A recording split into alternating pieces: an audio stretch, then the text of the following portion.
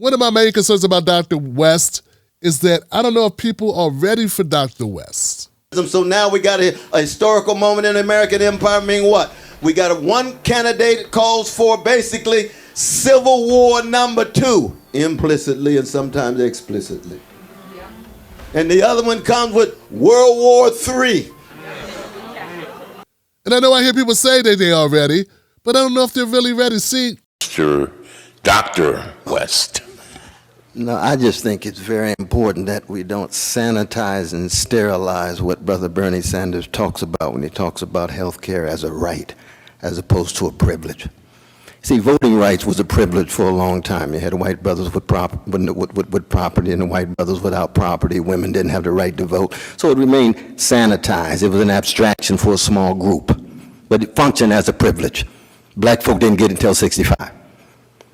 So this language is so abstract that when Bernie Sanders says it's a right, he wants to specify the ways in which voting rights is universal. The right to join your own church, mosque, synagogue, temple, universal. The right to express yourself critically, universal. Right now, given the magnificent breakthrough of the Affordable Care Act, it's not a right. It's still a privilege of 29 million fellow citizens do not have access to it. That's what women were told in 1918. Voting rights is a right, but you don't have it. Sorry about that. But it's coming. It's coming. It's going to come because we organize and fight for it. But that's what Bernie Sanders, I think, has in mind. It's very clear. I think it's very important to be clear about that. So when I hear the language of, we thank Bernie Sanders for working so hard and doing so and so, that's not what he's ultimately after. He's after a universal right in the way that voting rights are right. It's not market-based. And we're not there yet. And we just voted against it.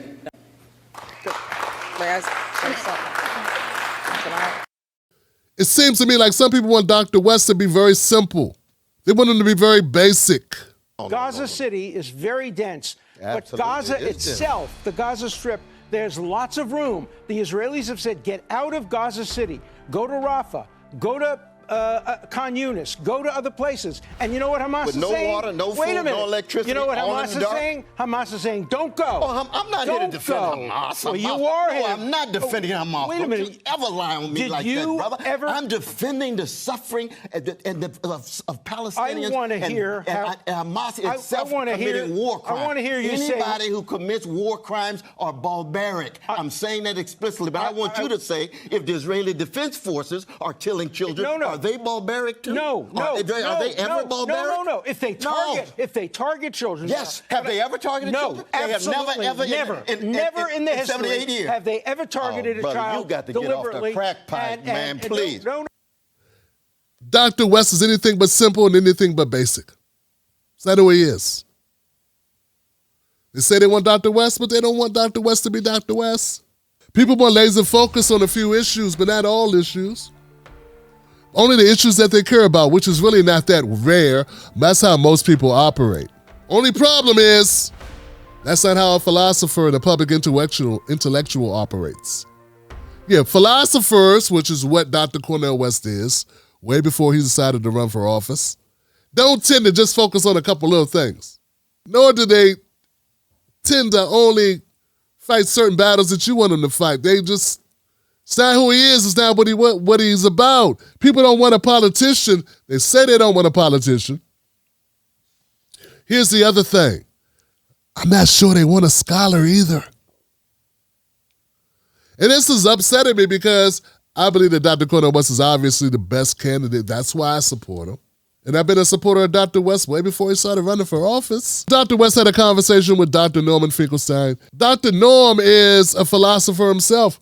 He's an American political scientist and an activist. He went to Princeton. He's critically acclaimed. His parents survived the Nazi Holocaust. He's known for his controversial writings. Since his doctoral thesis at Princeton, positions himself as a forensic scholar, something he's going to talk about in the clip I'm about to play. So, of course, Dr. Finkelstein has lost a lot of opportunities. He's enraged those in power simply for speaking the truth. People who are battered and battered by this sick system And now we have, and I mean this sincerely, and maybe it's just complete wishful thinking, but I'm hoping against hope. Dr. West, his campaign had a couple of false starts. I think he'll acknowledge that. And I said, okay, it's something new for him. Bernie Sanders had been a politician his whole life, so he knew sort of the ropes of running a campaign. For Dr. West, it's something new. But I hope, and I hope, and I hope against hope that he's going to be able to pull it off. Because there are many things to be said about Dr. West, and most of you already know him by reputation. There was one thing I learned very belatedly. I never trust people in power. I never trust people who make it. I always feel there's a lot of skeletons in the closet of anybody who's made it in our system. And so I was dubious about Dr. West's stardom. He was at one point, most young people will remember, in the 1990s, he was what was called part of the Harvard Dream Team, namely 4 professors, African-American professors, who hit the scene and were very prominent in the entertainment world and also in the academic world. And I'm always dubious, doubtful about people who make it that way. But a couple of months ago, I started this tiny little podcast, which died on October 7th, or was displaced by October 7th. And I figured, okay, every time I open up a podcast, there's Dr. West. He's on this podcast, this podcast, this podcast, this podcast, this podcast. And on many of them, he's on 4 and 5 times. And I'm thinking to myself, what the hell? If he's on all of these, why shouldn't he be on mine? So I contacted him. He was very agreeable. But I'm an old-fashioned person. Mao Zedong, I used to be a Maoist. And Mao Zedong famously said, no investigation, no right to speak. Which basically means if you don't know what the F you're talking about, then shut the F up. So I wrote Dr. West and I said, before I do this interview with you, I wanted to be serious. Give me things to read. And he sent me 3 books to read. And one of them was the Cornel West Reader. And I started to read it. And I have to say, I'm not a BSer, I'm not a groveler, I'm not a lickspittle. I was totally humbled. I mean, I spent a lot of my adult life being a forensic scholar. That means looking for frauds. And so I know all the telltale signs. I know people who pad their bibliographies. I know people who claim to have read books that they didn't read. But then when I started to read him, okay, I'm thinking, okay, let's say he has a chapter on Russian novelists. I mean, what the hell does he know about Russian novelists? I don't believe it. I don't believe it. I'm serious. I'm telling you honestly. But then he at one point he refers to 5 Russian novels, obscure ones, not the well-known ones, and he starts talking about the commonalities between the main characters in each of the novels, and he's naming the characters. I think, this is for real. I know BS. And so that's my way of saying, if he makes it or comes close to making it, it'll be a historic event in many ways. But one of the ways will be, I would say, with the exception of Teddy Roosevelt and maybe Woodrow Wilson, he would probably be the best-read person ever to sit in the Oval Office. That's a fact. No, that's very kind. Very kind, definitely. But the important thing, of course, is not what you read and how much you read, but it's the kind of human being you choose to be in regard to your courage, in regard to your vision, in regard to what you're willing to sacrifice, give up. the burden that you're willing to bear. All of us are cracked vessels. And in many ways, as you say in my church, Shiloh Baptist Church, we're just trying to love our crooked neighbor with our crooked hearts. Wow. Now that's what you call a ringing endorsement from someone who's actually qualified to give it. Okay? And what I love about that, several key points. But this phrase he used, no investigation, no right to speak. I love that, man. I got to use that.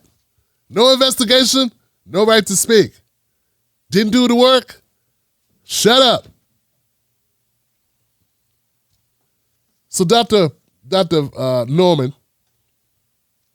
he talked very honestly about the campaign hurdles that Dr. West has undergone. Like, okay, I'm looking at he's being a real human being. He's being a person that's open and upfront.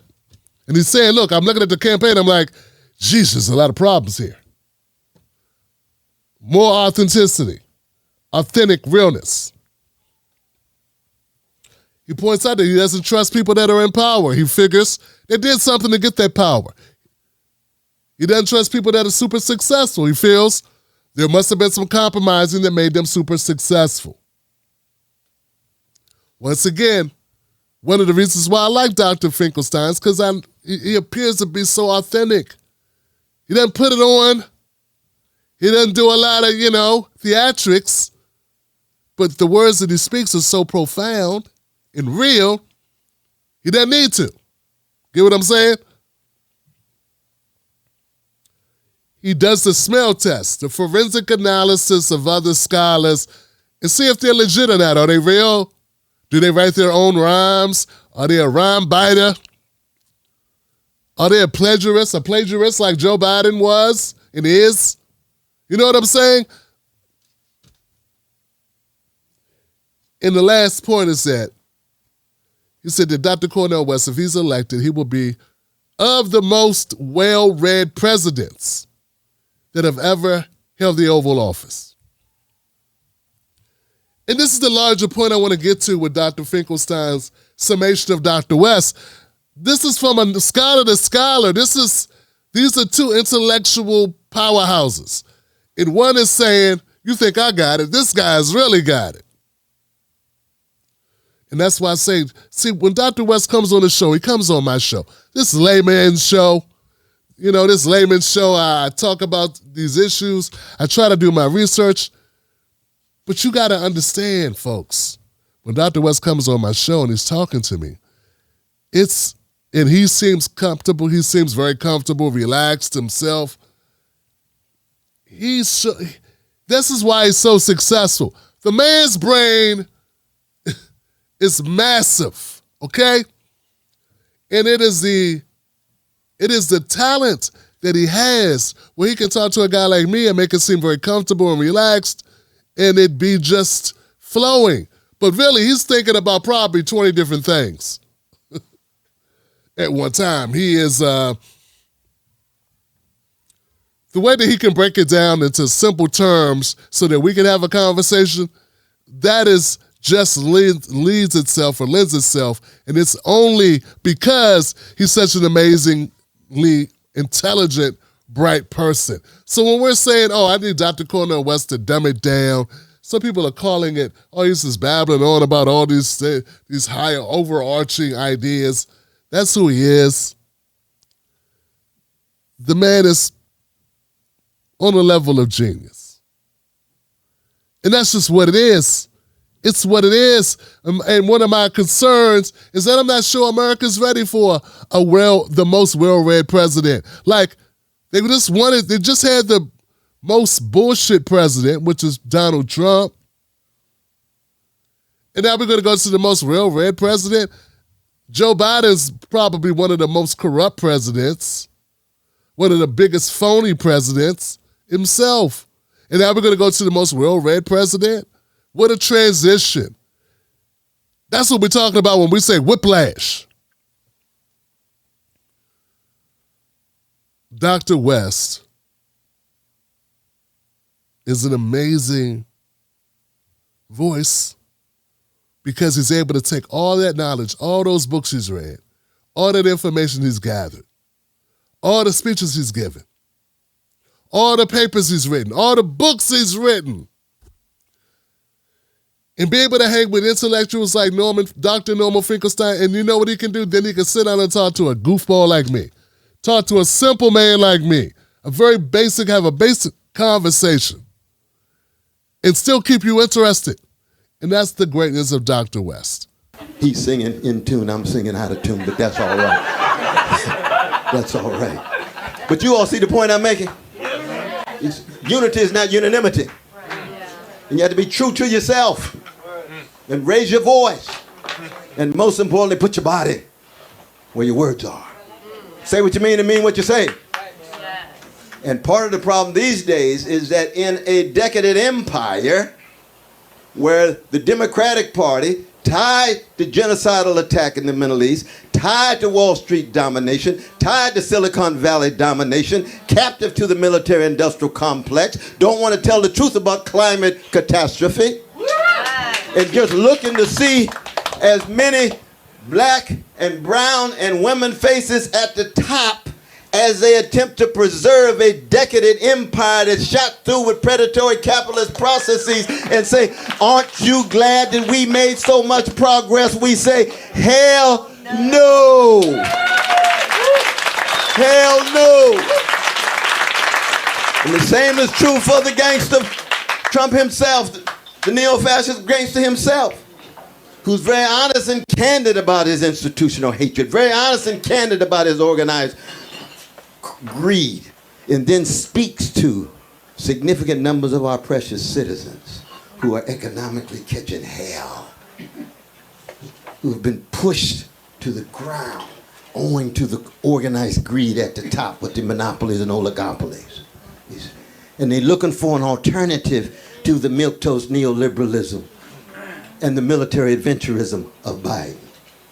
And if we can't speak to a significant number of them, then the country's going fascist. No doubt about that. No doubt about that. And no neoliberal project of Biden or Schumer or anybody else is going to sustain that fascist wave if the only alternative to that fascist wave is the milquetoast neoliberalism and the military adventurism. So now we got a historical moment in American empire, meaning what? We got one candidate calls for basically Civil War #2, implicitly and sometimes explicitly. And the other one comes with World War III. Ukraine, Russia, Middle East, Taiwan, China. And I can hear the words of the great W.B. Du Bois. I'll never forget when I read that moment. Aren't you glad we made so much progress? Yeah, because see, America, what they've been able to do is they've hired some women, some blacks, some Asians, some LGBTQ people, and gave them seats at the table and added them into the corrupt regime that's of hatred, of racism, of bigotry, of war. At least we're diverse. So that's speaking to some of the same thoughts that some of us have when we say, what good is having black faces in high places if they're selling us out? That's the same thing. That's exactly the same sentiment that Dr. West is expressing in this video. What difference does it make?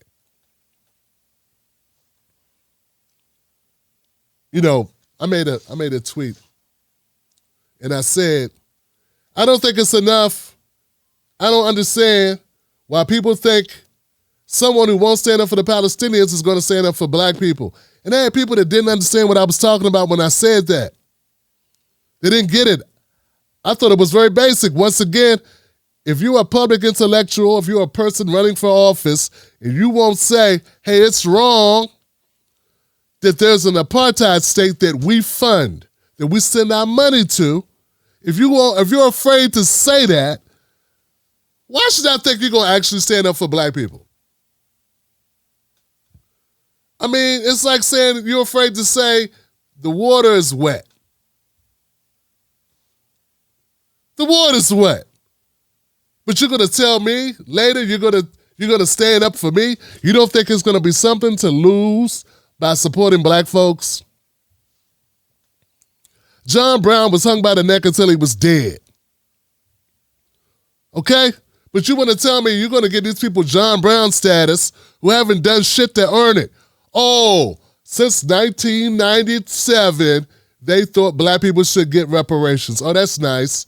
I bet you that went over real well with their cocktail parties. And I bet you all their liberal friends said how amazing and forward-thinking you are. You're really progressive. And that probably helped them sell a lot of books. But my point is, that does not mean that person's going to actually risk their careers, risk their book sales, risk opportunities going away by supporting black people. Because that's what it will take. And if a person doesn't have the guts to challenge Joe Biden on Palestinians being slaughtered, I think it's a telling thing. It's a telling thing. And I'm not saying Palestinians and black people are the same. That's not what I'm saying. What I'm saying is, if you won't stand up for the Palestinians, you're probably not going to stand up for black people. And I'm not talking about every individual person watching this show. I'm talking about people who are politicians who say it's too risky to go against AIPAC. It's too risky to piss off the Democrat elites. It's too risky. Well, you know what? You know what's also risky? Standing up for black people. And I don't mean standing up for them trying to get a George Floyd holiday or a, Breonna Taylor Avenue or a hip hop day or to wear kente cloth on the Capitol Hill day or get Juneteenth a holiday. I'm talking about literally standing up for black people. Jobs, investment, community, education, wealth, equality, racial wealth gap closed, reparations. You think people are going to stand up for that? Those people that stand up for that aren't going to take a hit? I want to see that the people that are willing to stand up for that are actually going to stand there and take what comes with that. And if you can't stand up, if you won't stand up when America's sending billions of dollars to aid in the destruction of another people, if you won't even have the guts to say, hey, this is something we should not do, we should not fund this, I don't believe you're going to stand up for black people in that case, because that doesn't show that you have a real backbone. And saying I got a few black friends ain't the same thing as going to the hangman's noose. Losing your job. See, Norman Finkelstein lost jobs and opportunities and tenures because he was standing on principle. He has proven he's willing to lose. Dr. West has lost tenures and jobs and opportunities standing up for what he believes. He's actually walked the walk. But you want me to think that other people have that same commitment to us without having to actually demonstrate it. What has these people actually lost? What has RFK Jr. lost by supporting black people? And if you say they haven't lost anything, I question if they really support black people, because really supporting black people leads to loss. I lost things supporting black people.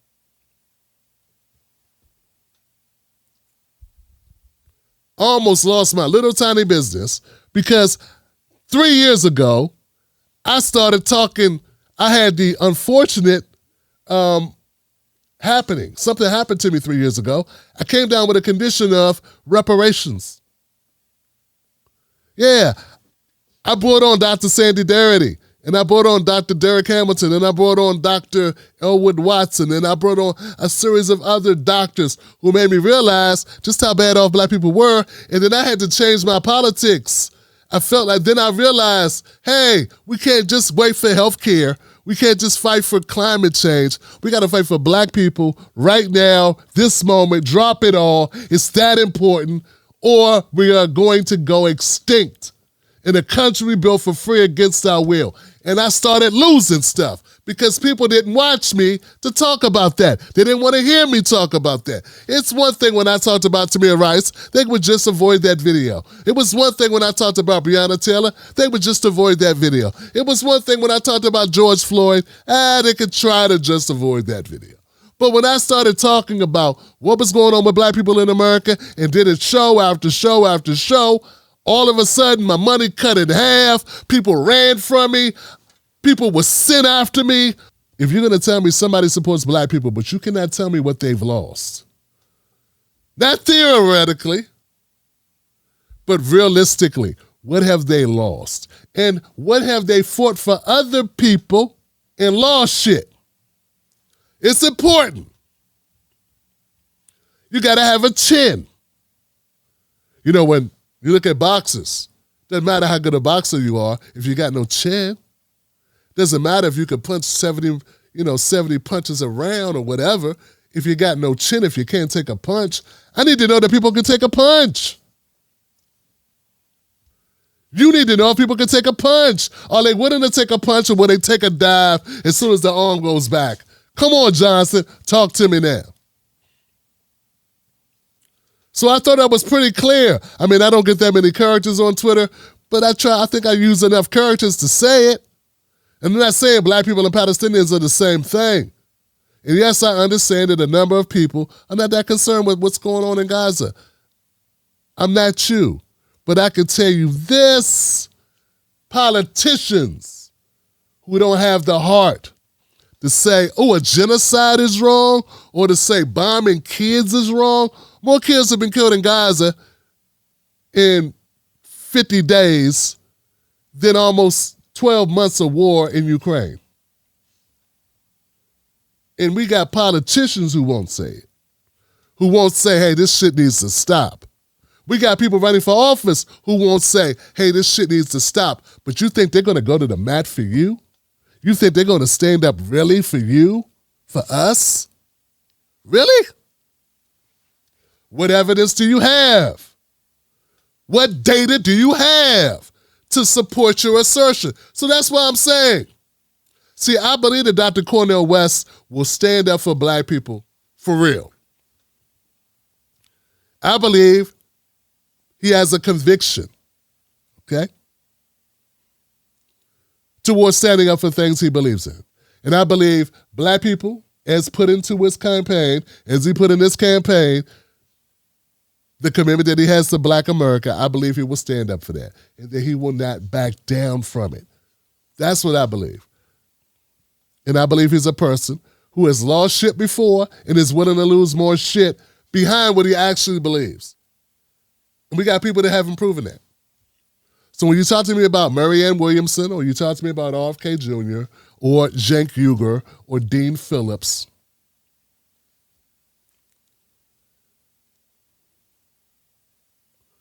it don't make sense.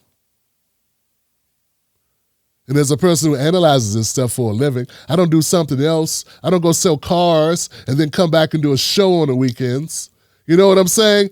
I have no data to present the argument that those other people actually going to stand up for black people when it counts. So that's why I have support for Dr. Cornel West. That's where my support comes from. So I'm looking forward to the election. Go to CornelWest2024.com. Support the election. It's been rocky. Dr. Norman Finkelstein is correct. The campaign has been rocky. I know some people have been wondering what the hell is going on. What's up with his management staff? Who's the campaign manager? Who's handling this? Who's handling that? And I get all of that. But when you have non-career politicians launching a political operation, you're going to have some bumps and bruises and some potholes you're going to hit on the way. But still, when it comes from it, when it comes down, when the rubber meets the road, I believe Dr. West is the best candidate. But I hope, and I hope, and I hope against hope that he's going to be able to pull it off. Because... And I hope that Dr. West can pull it off, because he's the best solution for America. It's the best opportunity to set America straight. Go to CornelWest2024.com, volunteer for the campaign, contribute to the campaign. And when they say, why do you support Dr. Cornel West? You tell them it's a new day. Seeking unbiased news? Discover the new Tim Black television network, where truth and integrity lead the way. We're committed to honest reporting and empowering you with factual, unfiltered information. Join a community that values transparency and critical thinking. Ready for news that respects your intelligence? Visit jointimblack.com. Embrace the change, because at Tim Black Television Network, our truth matters. Sign up today for a new kind of news experience. It's a new day.